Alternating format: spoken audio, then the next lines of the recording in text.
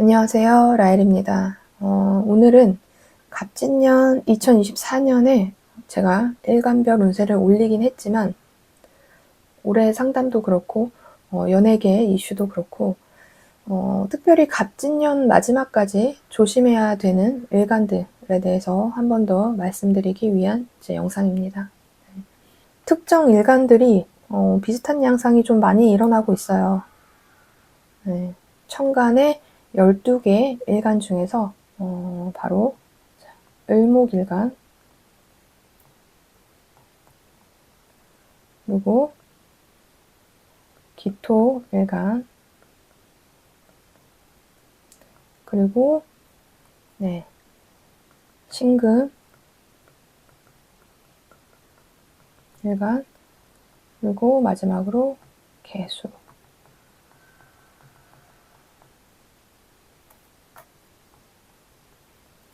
일간입니다. 자, 그 중에서 먼저 을목일간의 경우는 제가 월별 운세 때 계속 말씀드리지만 갑진년에 이 간목이 겁재하고 진토가 정제예요. 그래서 재물의 분탈에 대한 이야기를 좀 많이 했어요. 그리고 기토일간의 경우도 갑진년에 간목이 정관이고 지지의 진토가 겁재를 뜻하죠. 기토는 간목이 정관인데 이렇게 생각할 수 있는데 이 기토가 간목과 만나면 이제 합을 하죠. 합을 해서 토를 만나기 때문에 이 정관도 결국은 겁재의 역할을 할 가능성이 높습니다. 그러니까 갑진년 이 글자 통 자체가 겁재일 확률이 높은 거죠. 그래서 지금 유명하신 분들 중에서 사회면에 나오시는 분들 또는 사실이 아니더라도 루머가 막 발생해서 구설수에 많이 오르는 연예인 분들 등등 그런 분들이 대부분 을목일간하고 기토일간 분들이 많아요. 물론 이 갑진이라는 이 글자가 같은 을목이나 나 기토일간인데 난 안 발생했는데 그런 일 없는데 하시는 분들도 있어요. 근데 아직 갑진년이 다 지나간 건 아니라서 시간의 오차가 있는 분들도 있고 진짜 벌어지지 않는 분들도 있죠. 그렇다는 것은 물론 이 사주의 8글자 중에 지지에서 뭔가 이 부분을 해소시켜주는 글자가 있다는 것 또는 대운에서 그것을 해소시켜주는 글자가 있다는 것일 수도 있는 거죠. 이런 경우라 하더라도 갑진년 월별에 따라서 월별의 글자에 따라서 해소가 될 수도 있고 이 해소가 풀려질 수도 있는 거예요. 여튼 중요한 것은 이 을목과 기토는 이 갑진년 자체에 겁재의 행동이 이슈인 거예요. 겁재로 인해서 싸워야 하든지 겁재로 구설수에 오르든지 겁재와 재물을 다투든지 만약에 남자분이시라면 재물뿐만 아니라 플러스 여자 문제까지 생기는 거죠. 그래서 을목이나 기토분들 중에서 여자분들은 조금 덜해요. 구조에 따라서 사기를 당하거나 그냥 돈을 좀 많이 쓰는 정도로 끝날 수 있어요. 하지만 남자분들 경우는 돈 문제, 여자 문제까지 벌어질 수 있는 거예요. 이별, 이혼, 내가 불륜을 저질러서 그것이 드러난다든지 그걸로 인해서 이혼을 해서 위자료를 줘야 되는 상황이 벌어진다든지 이런 것처럼 만약에 남자분들 중에서 을목일간이나 기토일간이신 분들 중에서 재물적 문제나 여자 문제나 이런 일들이 하나가 벌어진다면 두 개가 같이 엮여 있을 경우가 많다는 거예요. 그래서 지금이 6월인데 갑진년 마지막까지 조심하시는 게 좋고 최소 양력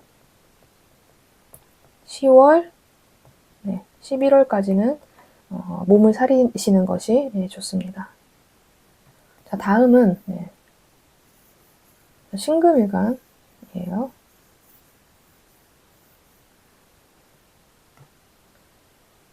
자, 신금일간. 신금일간의 경우는 어떤 사건이 일어나기보다는 좀 괴로움의 문제예요. 답답해서 미치겠다고 상담을 좀 많이 하세요. 이 갑진년의 갑목이 정제이고 진토는 정인인데 이렇게 봤으면 크게 문제가 없을 수 있죠. 근데 갑진년 월의 흐름들이 자, 무진월, 그 다음에 기사월, 그 다음에 경우월, 신미월 이런 식으로 벌어지는데 그래서 신금은 아주 매금돼 버리던지 아니면 화로서 좀 짖어지는 형상이 다른 때보다 강해지는 연도인 거예요. 그러니까 신금일간인 경우는 벌어지는 내용들은 다 다르지만 일단 답답함을 느끼는 게 주 원인이에요. 네. 그래서 마음의 문제일 가능성이 높아져요. 마음의 문제일 가능성이 높아요. 그래서 제가 뭐 마음을 고쳐 먹어라 이런 뜻이 아니고 그냥 운은 순환이니까 이 답답함은 이제 지나갈 것이다 라는 거죠. 그래서 신금일간 분들이 이 갑진년에 너무 나한테 간섭을 너무 많이 하고 너무 직장 내에서도 원하는 것도 많고 위에서 간섭도 심하고 잔소리도 심하고 뭐 집안에서도 그럴 수도 있고 나도 답답해서 미치겠는데 주변에서도 계속 나를 안달복달 시키는 거거든요.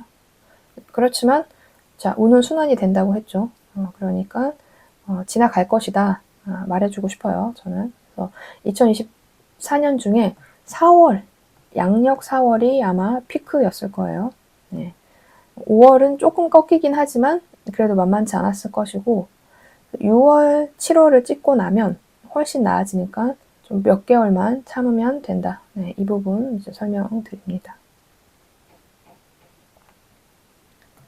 그리고 이제 마지막 개수일간인데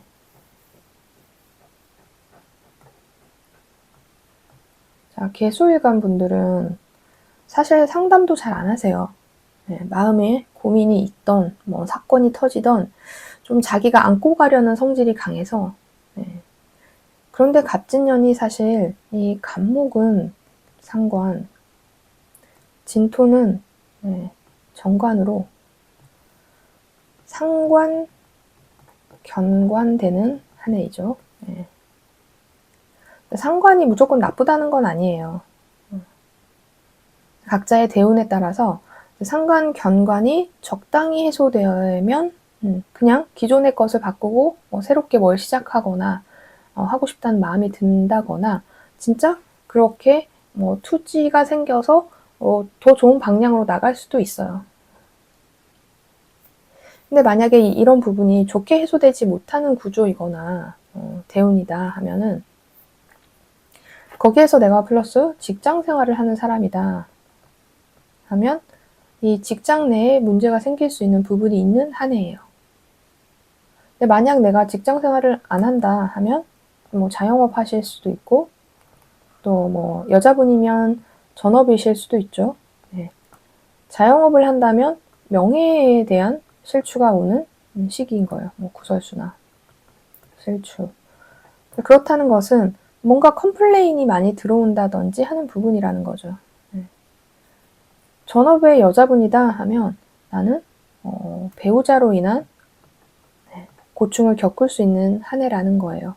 배우자가 아파서 뭐 수술을 해야 된다든지 아니면 배우자의 직장 내에서 문제가 생긴다든지 뭐 이런 것들이죠. 남자분이면 당연히 자식에 대한 걱정. 자식이 아프거나 자식으로 인해서 내가 신경 쓸 거리가 좀 생긴다든지 이런 상황이 생기는 한 해예요.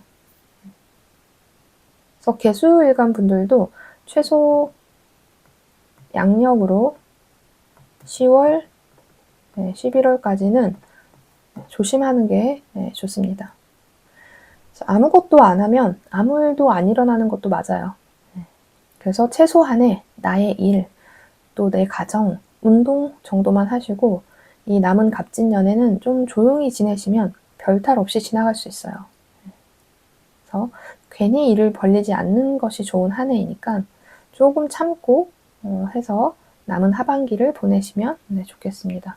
그래서 전체적으로 조금 이제 갑진년 중반 정도까지 왔기 때문에 제가 좀 더 조심해야 되는 일간들을 이제 짚고 넘어가는 영상이었습니다. 영상이 도움이 되셨다면 좋아요와 구독 눌러주시고 오늘은 여기까지 하겠습니다. 감사합니다. 또 만나요.